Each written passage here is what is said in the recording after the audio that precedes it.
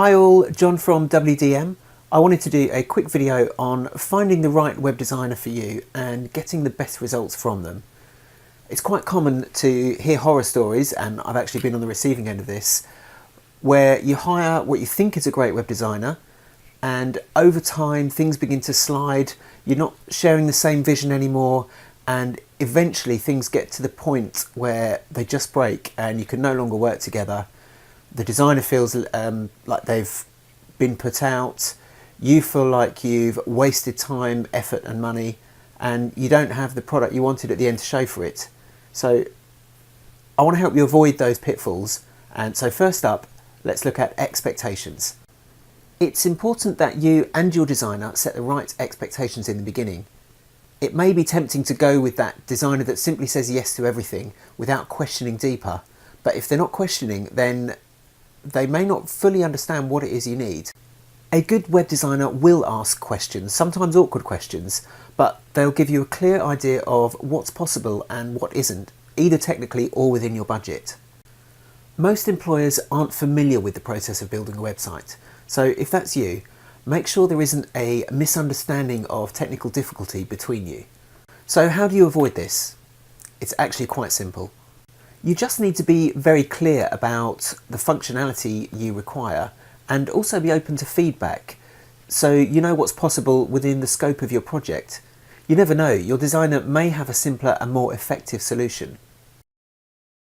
Web designers often plan their project into a schedule so they can be as efficient and productive with their time as possible.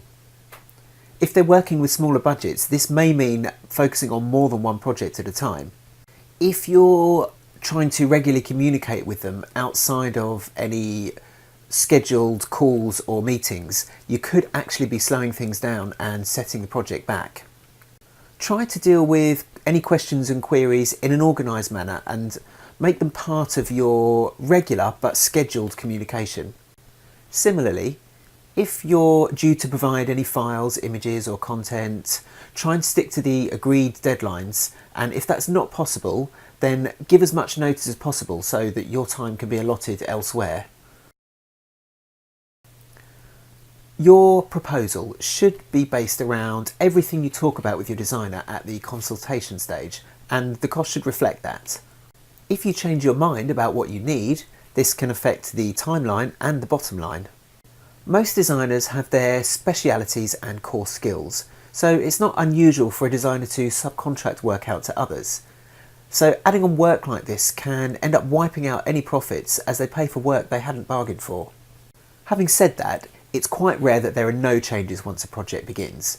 As things start to progress, new ideas for design or functionality are sparked, and we hear that dreaded phrase, "It would be great if we could just..." This is called scope creep, and it can ruin a great project. This probably isn't what you want to hear, but the best way to avoid scope creep and keep the project on track is for the web designer to stand their ground.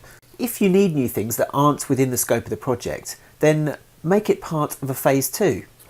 Having a phase 2 is a great way to get clarity and finalise your project, as it allows you to bring all those new ideas to life in a structured way, and you already have all the information from phase 1. Communicating your design vision across using just words can be extremely difficult, so get some visuals. One way to do this is to use Pinterest. With Pinterest you can create a board, and on that board you can add all the brands, images, colours and fonts that you like. If there are other websites you like the look of, this can also be a good way to communicate your vision across, but don't ask them for a carbon copy. Tell them specifically what you like about that website. Now this one is often forgotten, but technology changes so rapidly and the software that powers your website is no exception. If you don't keep your website secure and up to date, then it's inevitable that problems will start to creep in. Now you can do this in-house or you can have it done for you. Before you start your project, talk to your designer, as many won't stay on board for maintenance and aftercare, but some will do this and they'll handle everything for you. Now it goes without saying that your website needs to be fully responsive and work well on all devices, but in many cases now you may actually need a mobile first approach.